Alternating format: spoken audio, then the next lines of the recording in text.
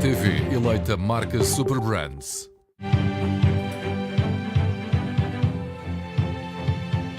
Estamos de volta, seja de novo bem-vindo à Manhã Informativa. Recebemos para a nossa revista de imprensa o Filipe Esteves e o José Sousa e já cá estão. Bom dia. Bom dia.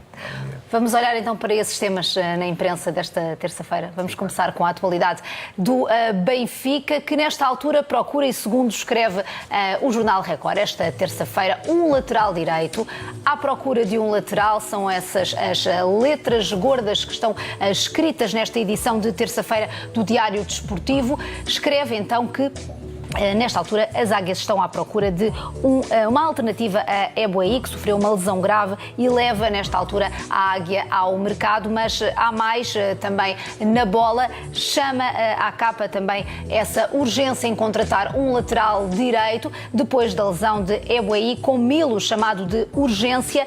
Ele que tinha sido cedido e, nesta altura, poderá ser a opção para colmatar, na forma mais rápida, a ausência do nigeriano, que enfrenta uma longa paragem que pode mesmo afastá-lo, segundo vai avançando a imprensa, dos relevados até 2019. Diz o Diário Desportivo que, devido a esta lesão, o reforço do Benfica vai ser operado nos próximos dias e, com essa longa paragem, a Eboaí que vai enfrentar no Benfica, vai então forçar mexidas nestes próximos tempos, com Rui Vitória à procura de um jogador e com o apoio naturalmente da estrutura do Benfica para colmatar esta ausência. Espreitamos também outro destaque que surge na bola com Milos, conforme dizia há pouco, e aqui está Milos, chamado de urgência para o lugar de Eboaí. Também a imprensa nacional a olhar para esta situação que, nesta altura, Filipe, acaba por ser uma dor de cabeça, quer para Luís Filipe Vieira, quer para o próprio Rui Vitória, na preparação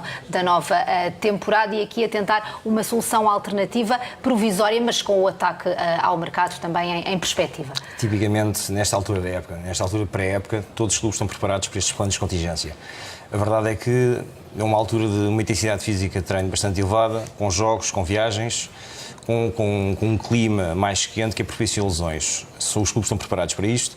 Penso que o regresso de Milos é um fator positivo para o Benfica, mas com certeza que eles devem ter um plano de secundário, neste caso de ataque ao mercado, para reforçar, para ajudar o André direito, ou o André Almeida, no reforço da defesa. Isto intensifica, de facto, nesta altura, Sousa, esta procura para um lugar, e já não é de agora que o Benfica tem necessidade.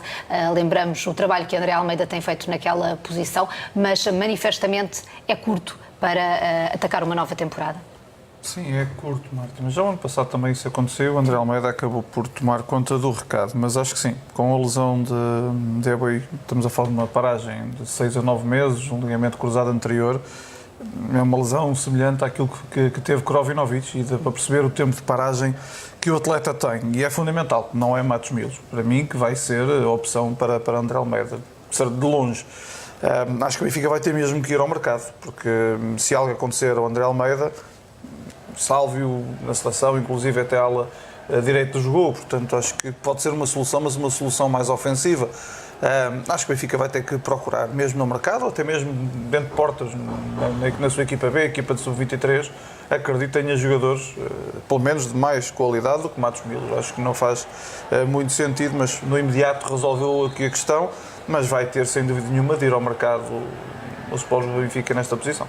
Deixem-me acrescentar também aqui à nossa conversa, e a propósito do Benfica, a situação de Jonas, e escreve também a imprensa de hoje, mais uma vez, acerca do avançado brasileiro. Essa questão do contrato que o liga nesta altura às águias é um destaque que também está na capa de hoje do jornal O Jogo. Vieira dá mais um ano a Jonas. O grande destaque relativo ao Benfica no jornal O Jogo prende-se precisamente com o goleador das águias. Diz o Jogo que Luís Filipe Vieira já decidiu avançar para a renovação de contrato com o internacional brasileiro. Pistolas queria ser premiado pelo rendimento goleador que tem apresentado desde que chegou à Luz e está disponível para acertar essa renovação. Uma renovação que terá uma significativa melhoria contratual. Jonas deve passar de 1.500.000 euros para perto de 2.200.000 euros, um valor que receberá o reforço Facundo Ferreira. Precisamente não podemos desligar estas pretensões do avançado brasileiro da chegada de novos reforços e do valor auferido também por por esses mesmos reforços, acaba por ser inevitável que o Benfica reequacione a posição ou a situação de Jonas. Claro que sim, estamos a falar de um jogador que tem feito a diferença nos últimos anos do Benfica, tem sido peça fundamental das equipes do Benfica, que tem levado aos títulos. Evidentemente que o melhor marcador do Benfica nas últimas temporadas, com a vontade do Benfica de reconquistar o título nacional, faz todo sentido que se aposte no valor de um jogador como o Jonas. Em fase pré-época, eles conseguem fazer uma avaliação perfeitamente clara sobre o potencial físico do Jonas nas próxima época, 2 épocas, e faz sentido, e acho que os sócios do Benfica ficam extremamente contentes ou satisfeitos que sabendo que podem contar com um jogador como este nas próximas 2 temporadas, até 2020. Parece estar mesmo para breve, e é legítimo que Jonas tenha também esta pretensão com aquilo que já deu ao Benfica. Claro que sim. Eu acho que Jonas, e depois todo aquele alarido que houve com o interesse de outros clubes, por parte do seu irmão, que também é seu empresário, o objetivo era este, era a renovação e por um valor um pouco mais elevado. Mas se me perguntares se é justo, então claro que é. Estamos a falar do jogador que nas últimas 4 épocas, o número de golos que tem, 122 ou 123, é incrível. Portanto, não só faz sentido dar a ganhar a quem faz a diferença. E neste caso, Jonas faz toda a diferença na equipa do Benfica. Agora, aqui a questão é Jonas, Seferovic, Castilho, Facundo Ferreira, vai aguentar tantos. Eu acho que está aqui pendente a situação de Seferovic em função da renovação ou não renovação, ou até a própria saída de Jonas, e então eu acredito que Seferovic possa mesmo sair do Benfica. Acho que não vai ter 4 avançados desta qualidade do Benfica para 2 ou 3, porque não sabemos se vai jogar o Rui Vitória no 4-4-2 ou no 4-3-3. Tantos jogadores vão ficar de fora de uma forma constante, portanto acho que alguém, com a renovação de Jonas, se ficar, alguém vai sair deste Benfica. Filipe, antes de passarmos à atualidade do Sporting, e o Sporting que tem trabalhado com a H+, também na elaboração de novos projetos, em concreto de uma solução, falamos da Futebol ISM, e uma solução que pode também ajudar neste período de mercado de transferências, pode ser de facto um apoio para toda a gestão nestes momentos em específico de maior turbulência, maior movimentação nos clubes. Nós trabalhamos com vários departamentos dentro do Sporting, e hoje em dia trabalhamos com outros departamentos em termos de scouting a nível nacional e internacional, e a verdade é que todo o trabalho para o mercado de transferências é feito em antecipação. Não é nesta altura que os clubes vão, a não ser em casos excepcionais, como aconteceu agora com o Benfica, vão à procura de uma solução no imediato para resolver a situação. Todo esse trabalho é feito ao longo de uma época ou mais, em termos de processos de observação, todo o scouting, toda a informação que eles retiram, todo o processo de como essa informação passa aos treinadores principais, aos diretores desportivos, aos presidentes dos clubes, e todo esse processo, todo esse registro de informação fica assim na nossa plataforma para consulta no imediato, para consulta futura, e é como eu digo, é uma preparação de época de plantel que é feito muito tempo antes do mercado de transferência em si. E com quanto tempo antes é que isto pode ser planeado ou deve ser planeado? Estamos a falar de jogadores que podem ser observados durante 2, 3 anos. Estamos a falar de jogadores, se formos então para o mundo da formação, estamos a falar de jogadores que podem ser observados desde os 8 ou 9 anos de idade. Podem ser contratados para um clube com 16 ou 17, isso pode acontecer em qualquer um dos 3 grandes, pode acontecer com Braga, com Rio Ave, com Guimarães em Portugal. Quando estamos a falar de jogadores profissionais, hoje em dia um jogador profissional é observado, um jogador português hoje em dia que tenha 18, 19, 20 anos, 21 anos, pode ser observado por um clube internacional desde os seus 14 ou 15 anos. Mas esse processo tanto pode ser 1 mês ou 2 meses, ou até ali 1 semana ou 2, no caso de necessidade imediata, mas podem levar a épocas inteiras. E sabemos que essa é uma realidade em muitos clubes, essa atenção dada e o seguimento a determinados jogadores ao longo do tempo. Fazem da palavra integração uma palavra de ordem nesta solução. Porquê? Porque é aquilo que falta, diria eu, hoje em dia na realidade do futebol. Num nível de competição mais elevado, ou mesmo num clube mais amador, a informação está, os métodos de trabalho existem. Agora, como é que eu registro essa informação e como é que eu agrego a informação? Dou-lhe o exemplo de como é que temos uma série de atletas que vão fazer tratamento médico ao final de uma tarde. Okay? Ou vão fazer fisioterapia, ou vão sessões de tratamento, e o treinador principal precisa de saber se conta com eles no treino da manhã, que é por volta das 10 da manhã. Como é que isso é feito hoje? É feito se o treinador principal ou pega no telefone ou liga, ou manda um SMS, ou no limite, se tiver infraestrutura de e-mail, manda um e-mail ao médico, mas é preciso que esse mesmo responda, ou o fisioterapeuta responda às 7, 8, 9 horas da noite. Isso é um trabalho moroso, vai bem além daquilo que são as tarefas diárias de um profissional no mundo do futebol, e o ISM entra exatamente para facilitar toda essa comunicação. O que nós queremos é que todos os profissionais se dediquem à sua atividade diária, pois toda a comunicação em si, toda a integração desta informação é sob a responsabilidade da plataforma. E no dia-a-dia isto facilita em muito o trabalho de todos os funcionários, não de uns em específicos, mas de todos, acredito. Facilita de muitos, porque nós tanto temos áreas para a área da logística, para a gestão de equipamentos, para a gestão de instalações, mas depois estamos a falar de módulos mais ligados, muito mais ligados ao futebol, em que temos, por exemplo, os treinadores de treino de física em si, muito ligados aos fisioterapeutas, muito ligados à nutrição, que é fundamental hoje em dia, e que o que se passa sem uma plataforma como o ISM é um trabalho manual, é um trabalho de palavra, muitas vezes, um trabalho de muitos Exceis individuais de cada departamento de futebol que o que fazem é sentarem-se a uma mesa para discutir o que é que acham que vai ser os próximos passos, e é quando têm tempo para o fazer. A terem uma ferramenta como o ISM, todo esse processo de integração de informação ou de disponibilização de informação entre eles é muito mais facilitado. Eles simplesmente têm que olhar e tomar uma decisão com mais informação do que aquilo que teriam normalmente. E Filipe, há versões distintas consoante também as capacidades e as dimensões dos clubes? Isso é uma das grandes apostas nossas, foi graças à parceria com a Liga Portugal, através do seu presidente, que conhecemos em novembro do ano passado, num congresso em Madrid, que teve o primeiro contacto com a ferramenta, e depois tivemos uma série de reuniões, e o que nós queríamos, juntamente com a Liga, é garantir que a mesma tecnologia de topo estivesse disponível a todos os clubes em Portugal, porque temos um objetivo também da promoção do desporto em si, e não só o desenvolvimento dos maiores clubes em Portugal. O que nós fizemos foi criar um modelo de licenciamento que fosse acessível, tanto um clube que tivesse no CNS, tanto um clube que fosse uma entidade certificada pela Federação Portuguesa de Futebol para ter futebol de formação, mas que estivesse disponível também aos grandes clubes, aos clubes da segunda parte da tabela da Liga Ledman ou da Liga Norte. Transversal, exatamente, sim. E que o pressário do ISM em si, ou o seu licenciamento, é consoante o orçamento do clube. Estamos a falar de clubes até 1 milhão de euros, até 2 milhões, 5, 25 e por aí.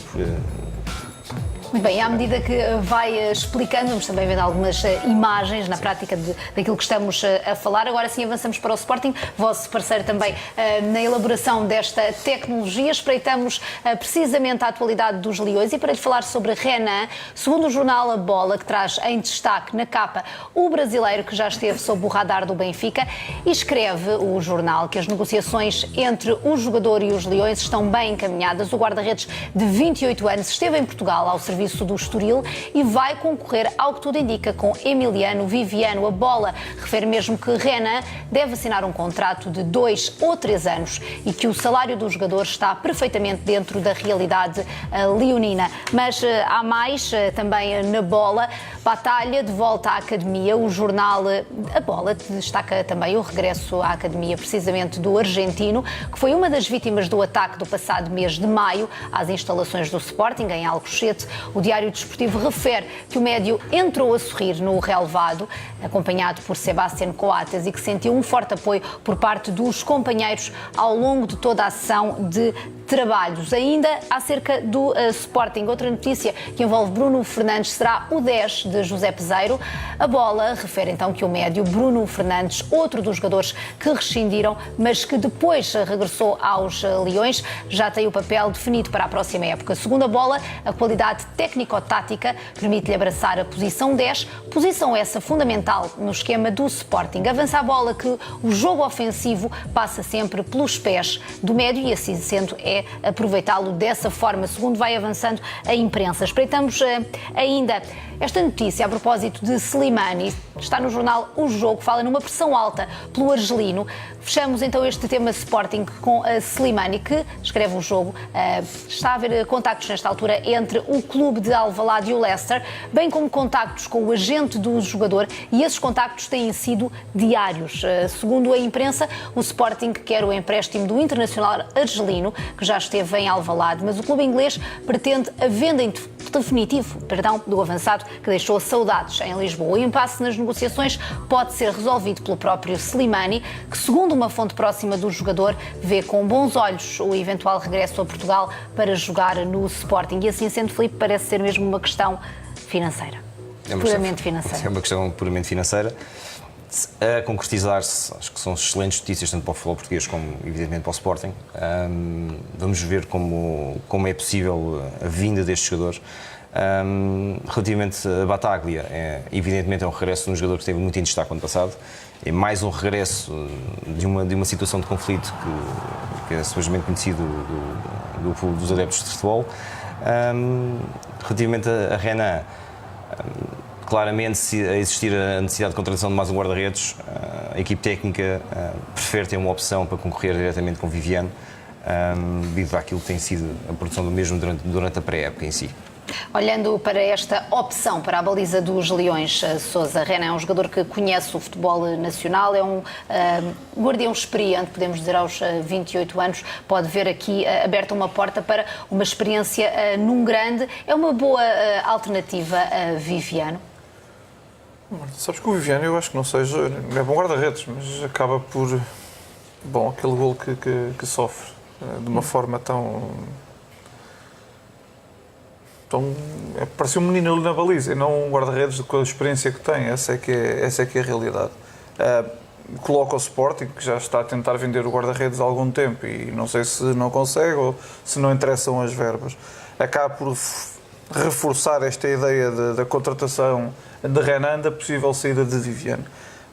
Aquilo que são as segundas, a Salam, acho que não é propriamente uma solução para este Sporting Clube Portugal avançar para a Liga Europa e avançar para tentar vencer o campeonato. Acho que é um pouco por aí. Depois tem o Max, que é o Maximiano, que é um jovem guarda-redes que acho que, sei lá, 2, 3 anos, muito possivelmente, pode estar já na baliza do Sporting como titular, porque é mesmo um grande guarda-redes. Agora, isto vai demorar algum tempo e para já precisa de um guarda-redes de que dê rendimento. Renan, tudo aquilo que fez a época passada, eu acho que sim, é com possibilidade. Agora, uma coisa é estar em clubes de menor dimensão, onde está constantemente, ou melhor, durante os 90 minutos, está constantemente em intervenções. Pode fazer 20 coisas muito boas e 3 más, que as pessoas só olham para as 20 boas. Indo para um clube grande, não tem 20 intervenções, tem 3 ou 4, esses 3 ou 4 têm que ser de muita qualidade. É a diferença de um guarda-redes de um clube grande para um guarda-redes de clubes de menor dimensões. Claro, um pequeno erro e é logo apontado. Vamos ver se Renan consegue ou não e se consegue corresponder às expectativas, neste caso a contratação. A ver, vamos para já. É esse o cenário em equação, a possibilidade então de Renan rumar ao Sporting. Falamos agora um pouco sobre Batalha e este regresso a Alvalade e no caso a Academia de Alcochete, diz que entrou com um sorriso. Agora é tempo de pensar em trabalho e em trabalho com um novo treinador. Sim, acho que José Peseiro e José Sousa Sintra e todos os adeptos do Sporting acho que respiraram um pouco de alívio. Não acredito que vá ser assobiado. Qualquer dos jogadores que rescindiram e agora voltaram a acordo com o Sporting, duvido que isso aconteça. Acho que vão ser recebidos de uma forma muito, muito normal. E Bataglia é fundamental. Com a saída do William, este Sporting não tinha. Petrovic, eu acho que é um jogador com a bola nos pés, até tem qualidade, sinceramente, e aquilo que fez no Rio Ave há 2 épocas atrás, eu, de uma forma particular, gostava. Agora, é ali um médio a gasóleo. Se as pessoas queixavam-se do William que era a gasóleo, portanto, este é gasóleo sem aditivo algum.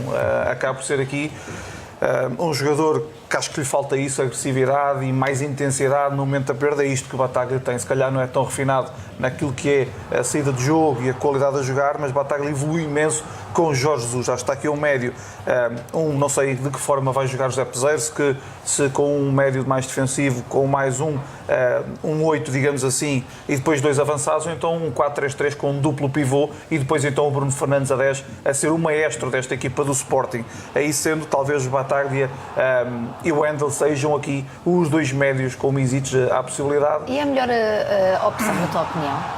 É possível. O José Peseiro, Marta, eu gostava, e nestas coisas, enquanto treinador, é sempre agradável poder ver diversos treinadores, a ver como é que trabalham, porque cada cabeça a sua sentença. Eu não sei que ideias tem, até o próprio José Peseiro, com toda esta indefinição no seu plantel, eu acho que até ele, ainda agora neste momento, não tem bem a certeza do que é que há de fazer em relação à sua equipa. Slimani vem, não vem, só tem um avançado, o Bas Dost. Ou seja, há aqui tanta indefinição neste Sporting que até o próprio treinador ainda está um pouco. Depois acaba por saídas de jogadores, como o de Francisco Geraldes, percebeu que mais um ano que não ia jogar e quis sair, mas afinal diz que não quis sair. Foi o Sporting que o empurrou, tem um bate-bocas aqui entre clubes e também treinador. Portanto, este Sporting ainda está a arrumar a casa, mas ainda há aqui algumas situações por definir e o campeonato já está à porta. Acho que é fundamental e importante, de uma vez por todas, este Sporting, com todo este início de época que teve, arrumar a casa, que é para poder começar a época de uma forma tranquila e serena. E para já com jogos de preparação, hoje à porta fechada com a Académica, depois no fim de semana diante do Empoli, a equipa italiana então vai ser adversária dos Leões no troféu 5 violinos nesta edição de 2018 do troféu 5 violinos. Vamos avançar para a atualidade do Futebol Clube do Porto e à boleia da capa de hoje do jornal O Jogo. Fala numa caça ao monstro, é desta forma que o jornal se refere a Favilli, um jogador que entrevistou Dani Mota. O jogo que entrevistou Dani Mota, assim é que é, avançado português que defrontou o italiano, aconselha rapidez nas negociações. Diz Dani Mota que Favali fisicamente é mesmo um monstro e entende que o Futebol Clube do Porto deve comprar já o jogador. Ainda na bola, a propósito deste mercado de verão, Sevilha dá 20 milhões por Aboubakar. A bola faz também referência a Favali e dá conta desse interesse, principalmente numa altura em que se intensificam os rumores quanto à saída do goleador Aboubakar. O Sevilha também está na corrida pelo avançado do Futebol Clube do Porto e, segundo o jornal A Bola, está disposto a avançar com 20 milhões de euros, um valor longe dos 50 milhões da cláusula de rescisão do jogador. É verdade que elas existem, mas por vezes são mesmo contornadas e consoante a necessidade de mercado. Pode haver essa descida nos valores. Mas aqui estamos a falar de uma possível saída de Aboubakar, um dos mais influentes, de facto, também na equipa de Sérgio Conceição na última época. Para além da saída de Aboubakar, diria que o Porto ainda estava a apresentar aquela que será a grande contratação, os grandes reforços para este mercado de transferências. O início da época e para os jogos que temos visto da pré-época do Porto, apresenta a mesma equipe tipo, praticamente o mesmo 11 titular, com as saídas, evidentemente, dos jogadores de Marcano e de Ricardo Pereira. Com a saída de Aboubakar seria mais um problema para Sérgio Conceição, porque mesmo de Favali, é um dos grandes promessas do futebol italiano. Teve uma lesão grave o ano passado, que teve cerca de 8 ou 9 meses parado, mas será um jovem. E será uma oportunidade a um jovem para substituir um jogador como a Aboubakar, que foi fundamental, principalmente na primeira metade da época do ano passado, levou ao título. Talvez seja um lugar demasiado difícil para Favali preencher-se, sendo ele, se tudo se combinar com a saída da Aboubakar para o Sevilha e com a entrada deste jogador, torna-se mais um problema para Sérgio Conceição, sabendo que existe Soares, existe Marega no plantel, com a saída de Domingos Paciência também, com a saída de Gonçalo Paciência. Não será difícil consolidar ou conciliar todas estas movimentações no mercado de transferências. Muito se tem falado, Sousa, sobre a mudança na defesa do Futebol Clube do Porto, agora também o ataque, aqui é a reestruturação, ainda por definir eventuais saídas e eventuais chegadas neste plantel portista. Já com uma certeza, Diogo Leite acaba por renovar contrato no centro da defesa do Futebol Clube do Porto. Mais 5 épocas para o jovem de dragão ao peito. E faz todo sentido, Marta. Naquilo que foram as contratações do Futebol Clube do Porto, acaba por também haver aqui uma lesão bastante grave do jogador vindo da Premier League. Só a Shidozi. Portanto, Shidozi e Filipe é curto para este Futebol Clube do Porto e acaba por ser aqui Diogo Leite, acho eu, uma opção fantástica. É certo que é menino, é certo que vai errar, mas acho que tem condições para começar já a jogar neste Futebol Clube do Porto. Pelo menos aquilo que tem demonstrado, o crescimento ao lado de Filipe tem sido enorme, tem sido gigante. Agora, mesmo assim, acho que o Porto vai ter de contratar mais um central. Acho que está a atacar o mercado. O Sérgio Conceição disse que tem estado em sintonia com o seu presidente Pinta Costa, inclusive atacou rivais, a dizer que já estão a atacar, a fazer aquelas coisas todas, que é normal estes jogos de pré-época, quer de Porto, quer de Benfica, quer de Sporting. Para mim é-me indiferente. Agora, uma coisa é certa, o Sérgio acredito que queira também aqui reforçar algumas posições neste seu plantel, porque é muito importante, nomeadamente nesta defesa. Sai Marcano, sai Diego Reis e acaba por entrar Diogo Leite, que tem qualidade sim, mas ainda tem apenas 18, 19 aninhos. Acho que é fundamental contratar mais um jogador para esta posição. Acho que para mim é imperial. Mas isto ilustra bem, naturalmente há necessidade, mas ilustra bem também a forma como Sérgio Conceição olha para o plantel e dá essas oportunidades, e não é de agora aos jogadores. Estamos a falar de um jovem jogador, dizia o Sousa, de apenas 19 anos, mas com esta possibilidade de fazer dupla com o experiente Filipe. Nós hoje em dia, felizmente, cada vez mais no futebol português, aliás, se não fosse só pelos títulos, que agora recentemente, tanto da equipe principal como agora e o trabalho que o Alex Sousa fez, campeão de sub-17, campeão de sub-19, cabe aos clubes portugueses garantir que os jovens, quando chegam à idade realmente de integrar um plantel lá, tenham a oportunidade de jogar. Nem que seja uma questão de investimento futuro. Quando se fala o ano passado falou-se muito das transferências dos três grandes em termos de jovens valores formados nas academias deles ao mercado internacional. Faz todo sentido que os clubes portugueses, cada vez mais, isto com peso e medida, evidentemente, não podem ser só os jogadores. Aliás, era bom que assim fosse, só os jovens portugueses nas equipes principais, percebemos que não dá. Mas se o Ruben Dias teve a oportunidade do Benfica e fez a época que fez, acho que o Diogo Leite faz todo sentido que tenha a mesma oportunidade no Futebol Clube do Porto. Filipe e Marcano fizeram uma dupla bastante forte durante o ano passado. Diogo Leite, caso não tenha oportunidade, também não vai a formar. Cabe ao Sérgio Conceição perceber, em termos de peso e medida, que se tem essa garantia de qualidade e de estabilidade do Diogo. Olhando e com esse trabalho que fizeram também junto da Academia de Alcochete e para a forma também como vemos o nosso futebol jovem em Portugal, agora com esta conquista também no europeu, com que olhar é que vai acompanhando este desenvolvimento do futebol nacional, que nos últimos tempos nos tem dado algumas felicidades no que aos mais jovens diz respeito? Acho que aquilo que hoje em dia acontece no futebol de formação em Portugal e os resultados que têm tido, tanto não só pelo Hélio, mas também pelo trabalho que o Rui Jorge tem feito, é um sinónimo daquilo que tem sido o investimento em Portugal, a nível de centros de formação, a nível de academias. Hoje em dia nós olhamos para um plantel ou para a seleção nacional que acabou de ganhar o título. Para além de vermos jogadores do Benfica, do Porto e do Sporting, obviamente vemos jogadores do Braga, do Rio Ave, do Guimarães. E curiosamente vemos jogadores com 19 anos que já não jogam em Portugal. Que é bom para nós também, que cada vez mais captamos os olhares de clubes internacionais e de outros mercados. Por um lado é bom, por um lado estamos a perder também alguns valores jovens, porque também não temos tido, se calhar, a capacidade de colocar mais jovens nas equipes principais, principalmente na primeira e na segunda divisão. E depois aqui é outra questão, é a questão fundamental do futebol de formação para o futebol profissional, que é a chegar a uma determinada altura matricional do jogador, estamos a falar de 17, 18, 19 anos, até que ponto eles têm capacidade física para jogar numa primeira divisão ou mesmo numa segunda.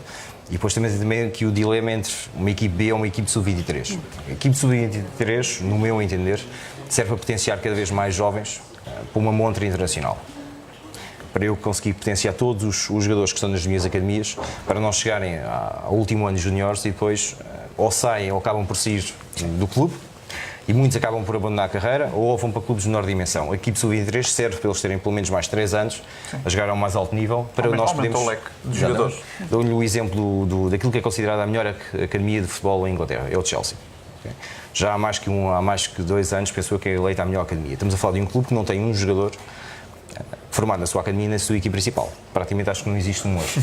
No entanto, é considerada a melhor academia, é a que produz mais jovens em Inglaterra hoje em dia, que mais jovens têm emprestados e que mais jogadores vende das suas academias. Daí é considerada a melhor academia em Inglaterra. Quer dizer, é uma forma, porque estamos a olhar para o futebol e agora estou a olhar só do ponto de vista financeiro e de negócio em si, é uma forma de potenciar e garantir a rentabilidade dos clubes em si e também garantir que os jogadores tenham essa hipótese de continuidade da sua carreira. E já agora, porque estamos em dia desse sorteio para a primeira fase do novo campeonato de Sub-23, deixar também essa referência a partir das 5 da tarde no Fanzone, poderá acompanhar em direto da cidade do futebol o sorteio relativo a essa fase em ano de estreia deste novo campeonato de Sub-23. Já vamos voltar já à conversa com os nossos convidados. Antes fazemos nova passagem pela redação da Sport TV, portanto, fique por aí. Até já.